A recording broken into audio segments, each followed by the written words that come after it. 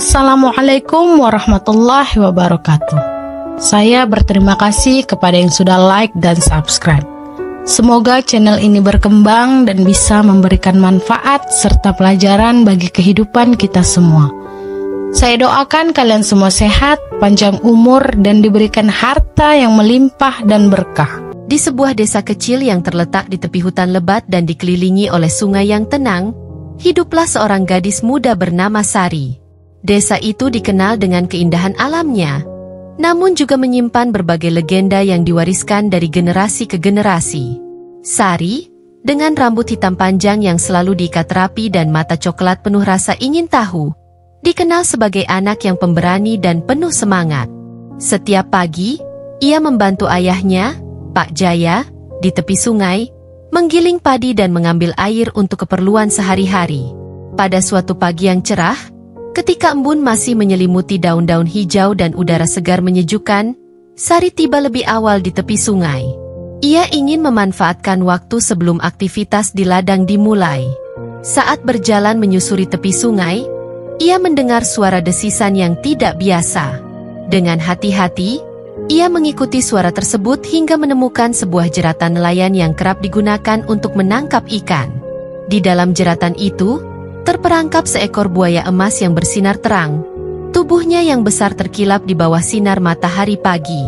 Sari menatap buaya itu dengan kagum sekaligus ketakutan.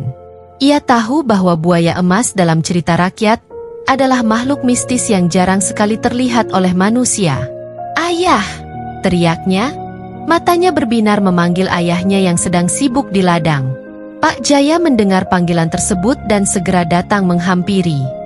"Dengarkan, ayah, lihat buaya emas ini," seru Sari, menunjuk ke arah buaya yang terjerat. Pak Jaya mendekat, wajahnya berubah cemas melihat keadaan buaya itu. "Sari, kau tahu cerita-cerita tentang buaya emas? Mereka dipercaya sebagai penjaga harta karun kuno. Mungkin lebih baik kita tinggalkan saja." Namun, Sari tak bisa mengabaikan makhluk yang terperangkap itu. "Ayah, dia mungkin butuh bantuan. Bagaimana jika kita bisa membantu dan mendapatkan sesuatu yang baik untuk desa kita?" katanya dengan penuh keyakinan. Pak Jaya menarik napas dalam, melihat putrinya yang begitu berani. "Sari, ini berbahaya. Buaya emas tidak bisa dipercaya begitu saja. Kita harus hati-hati." Sari menatap mata ayahnya, mencoba meyakinkan. "Aku tahu risikonya, ayah. Tapi jika kita bisa membebaskannya, mungkin ada kebaikan yang bisa datang dari sini." Mata Pak Jaya meredup, melihat tekad di wajah Sari. Akhirnya, ia mengangguk perlahan. "Baiklah, tapi kau tidak sendirian. Aku akan membantumu." Dengan hati-hati, mereka mulai melepaskan jeratan yang mengikat buaya emas tersebut. Buaya itu bergerak perlahan. Setiap gerakannya membuat air sungai beriak. Sari merasakan detak jantungnya meningkat, namun keberanian tetap menguasai dirinya. Setelah beberapa menit yang terasa seperti seumur hidup, jeratan itu akhirnya terbuka, dan buaya emas itu bebas bergerak. Namun, momen itu tidak berlangsung lama. Buaya emas itu tiba-tiba berubah. Sisik-sisiknya berkilau berubah menjadi cahaya yang memancar, dan tubuhnya menyusut menjadi sosok manusia setinggi Sari. Sosok itu mengenakan pakaian tradisional yang dihiasi dengan ornamen emas. Wajahnya tampak bijaksana dan penuh rahasia.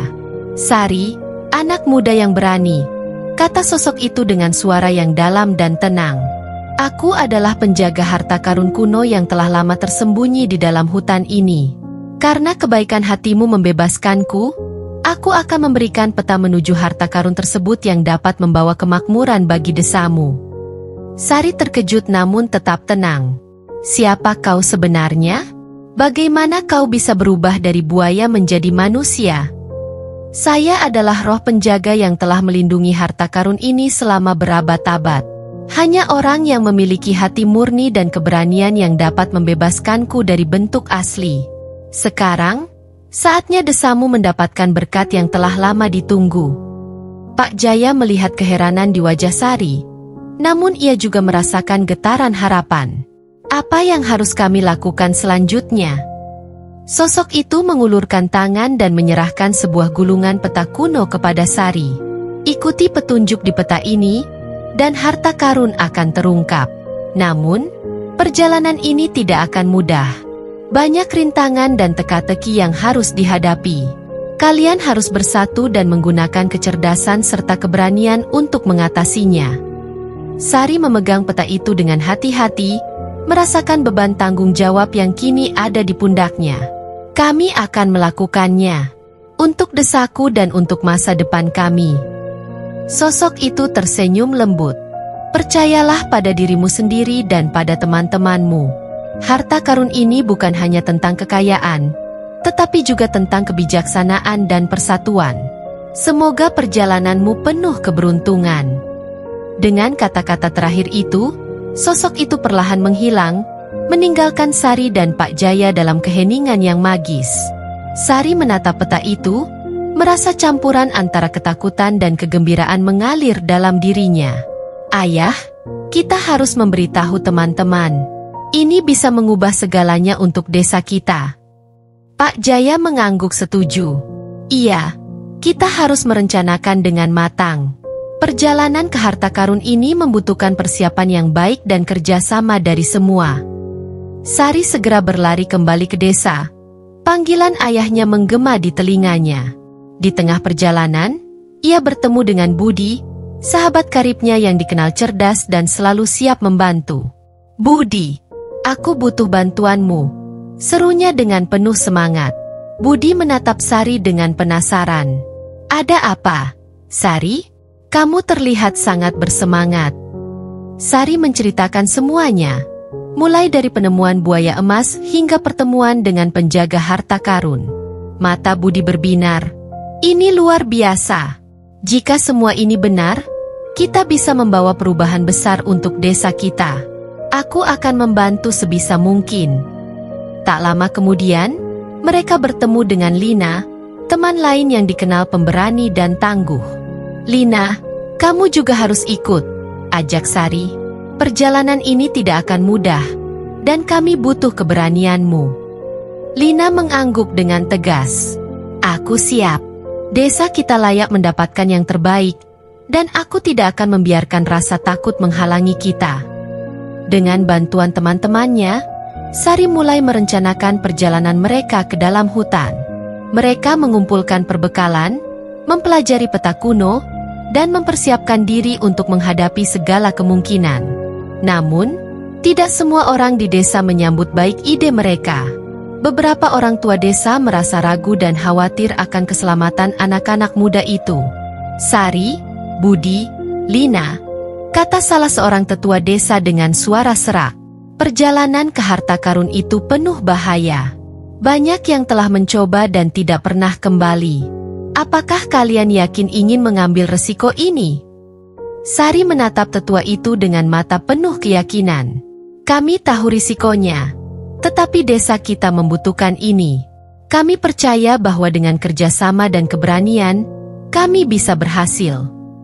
Tetua desa menghela napas panjang, lalu akhirnya mengangguk. Jika kalian benar-benar yakin, kami akan mendukung kalian. Tapi ingat, jangan bertindak ceroboh. Hati-hati dan selalu waspada. Dengan restu dari tetua desa, Sari dan teman-temannya memulai persiapan terakhir sebelum berangkat. Malam harinya, mereka berkumpul di rumah Sari, membahas rencana perjalanan dan memastikan semua kebutuhan telah terpenuhi.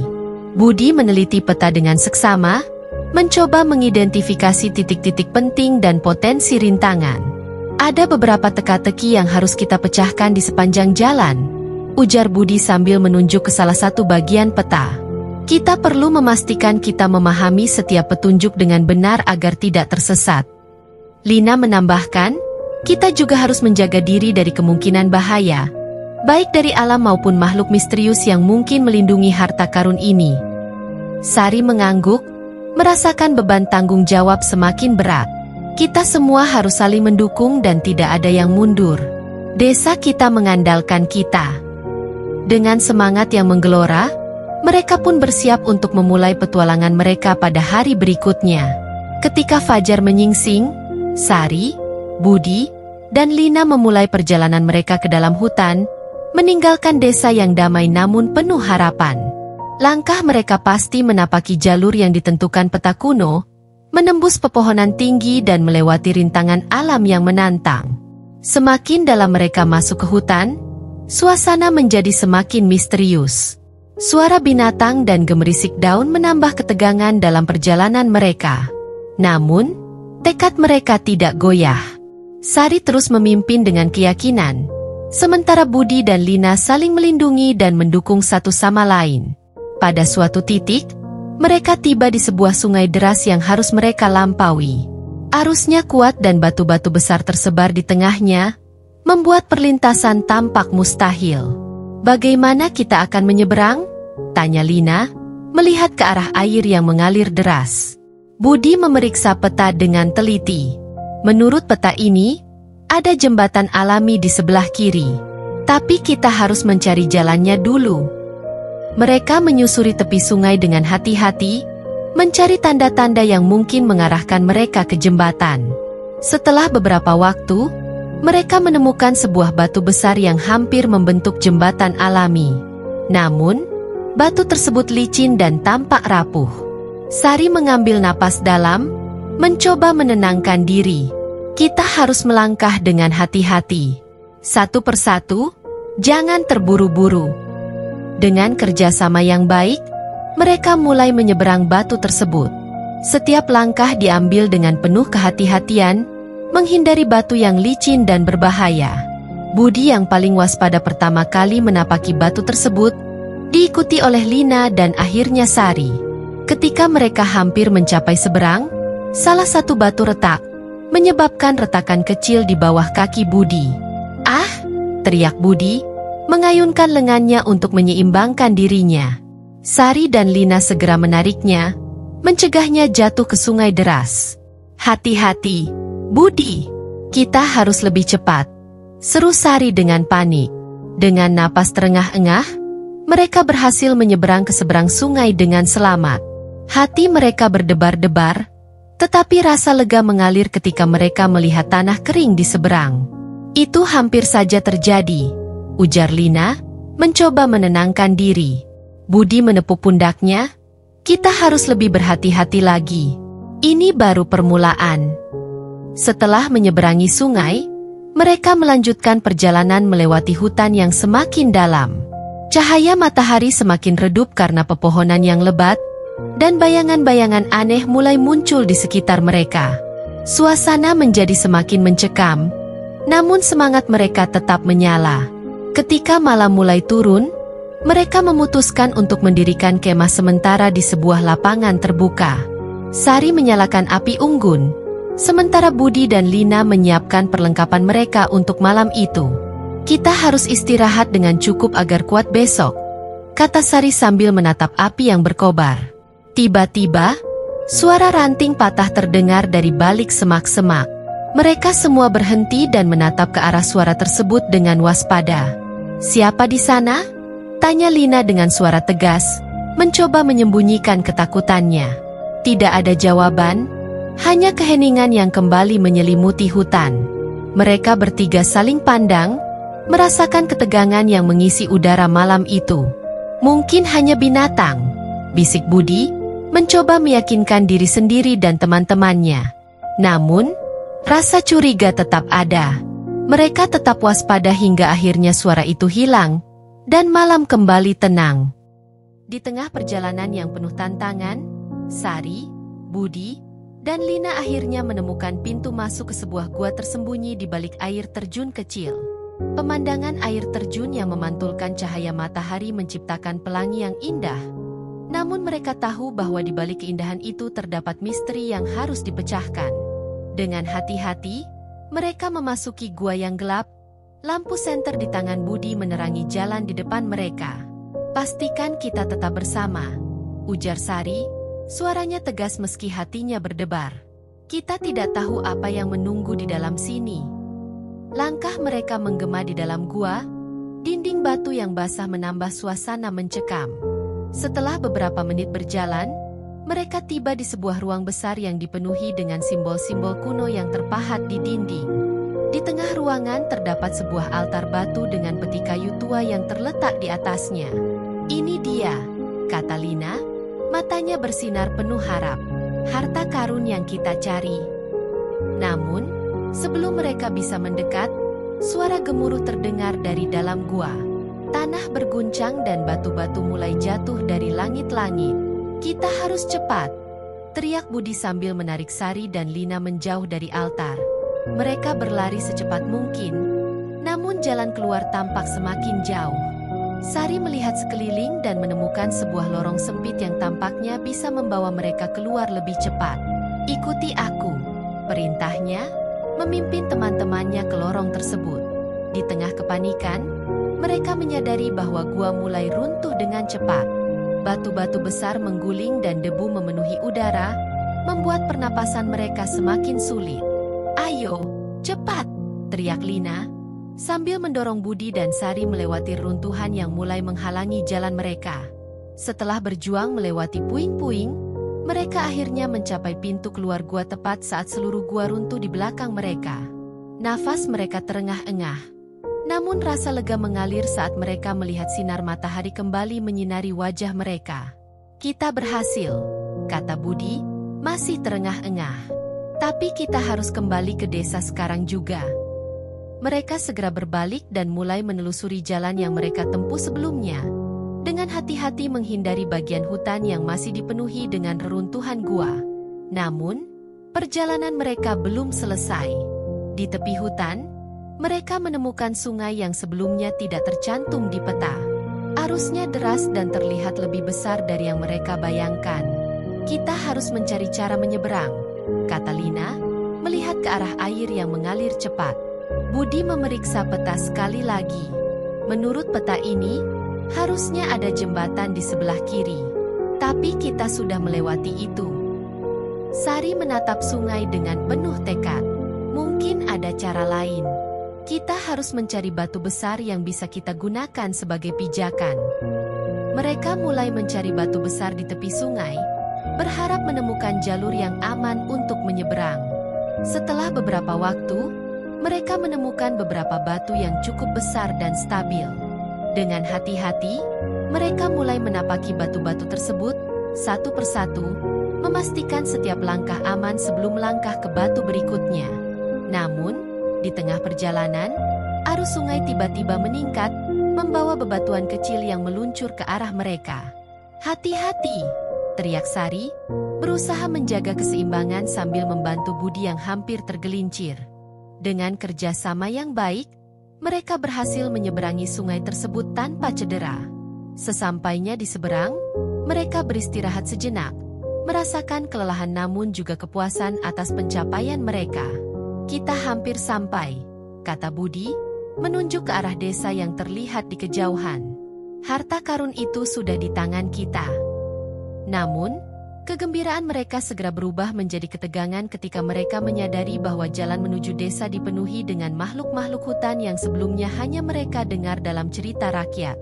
Sosok-sosok bayangan bergerak cepat di antara pepohonan. Mata mereka menyala dalam gelap. "Sri, jangan geram," bisik Lina, mencoba menenangkan diri. Mungkin mereka hanya ingin melihat siapa yang datang ke tempat ini. Namun, sebelum mereka bisa bereaksi, salah satu makhluk itu melompat keluar dari semak-semak, menghalangi jalan mereka. Makhluk itu berbentuk seperti manusia dengan kulit yang berwarna kehijauan dan mata merah menyala. "Siapa kalian yang berani mengganggu tempat suci kami?" tanya makhluk itu dengan suara serak. Sari melangkah maju dengan berani. "Kami datang untuk membawa harta karun ini kembali ke desa kami. Kami tidak bermaksud mengganggu atau mencuri apapun. Kami hanya ingin membantu desa kami yang membutuhkan." Makhluk itu menatap mereka dengan tajam, seolah menilai kejujuran dan niat mereka. Setelah beberapa saat yang terasa seperti selamanya, makhluk itu akhirnya mengangguk. "Jika kalian datang dengan hati yang tulus, kalian diperbolehkan untuk melanjutkan. Tetapi ingat, harta karun ini memiliki kekuatan besar dan harus digunakan dengan bijaksana." Dengan peringatan itu, Makhluk tersebut menghilang ke dalam kegelapan hutan, meninggalkan mereka dengan rasa lega namun juga kewaspadaan. Kita harus cepat kembali, kata Budi, merasakan adrenalin mereka masih memuncak. Desa kita menunggu kita. Mereka melanjutkan perjalanan mereka, membawa peti harta karun yang berat namun penuh harapan. Sesampainya di desa, penduduk desa sudah berkumpul, menyambut mereka dengan sukacita dan rasa penasaran. Pak Jaya, Ayah Sari, maju dan mengambil peti tersebut dari tangan Budi. Kalian telah melakukan pekerjaan yang luar biasa, ucap Pak Jaya dengan bangga. Sekarang, mari kita buka peti ini dan lihat apa yang di dalamnya. Dengan hati-hati, Pak Jaya membuka peti tersebut, memperlihatkan isinya yang berkilauan dengan emas, permata, dan artefak kuno yang indah. Mata warga desa bersinar penuh kebahagiaan dan keajaiban. Namun, sebelum mereka bisa bersukacita, Sari mengingat kata-kata penjaga harta karun. Kita harus bijaksana dalam menggunakan harta ini. Jangan sampai kekayaan ini menimbulkan perpecahan atau ketidakadilan di antara kita, kata Sari, menyuarakan pemikiran yang mendalam. Pak Jaya mengangguk setuju. Kau benar, Sari. Kita akan membagi harta ini secara adil dan menggunakannya untuk kemajuan desa. Kita akan membangun sekolah, memperbaiki infrastruktur, dan membantu mereka yang membutuhkan. Rencana Sari diterima dengan antusias oleh warga desa. Mereka mulai mendistribusikan emas dan permata kepada keluarga-keluarga yang membutuhkan, membangun fasilitas umum yang selama ini diimpikan, dan memastikan bahwa setiap langkah yang diambil membawa kebaikan bagi seluruh komunitas. Sari, Budi, dan Lina menjadi pahlawan desa, dihormati dan dihargai atas usaha mereka yang membawa perubahan positif.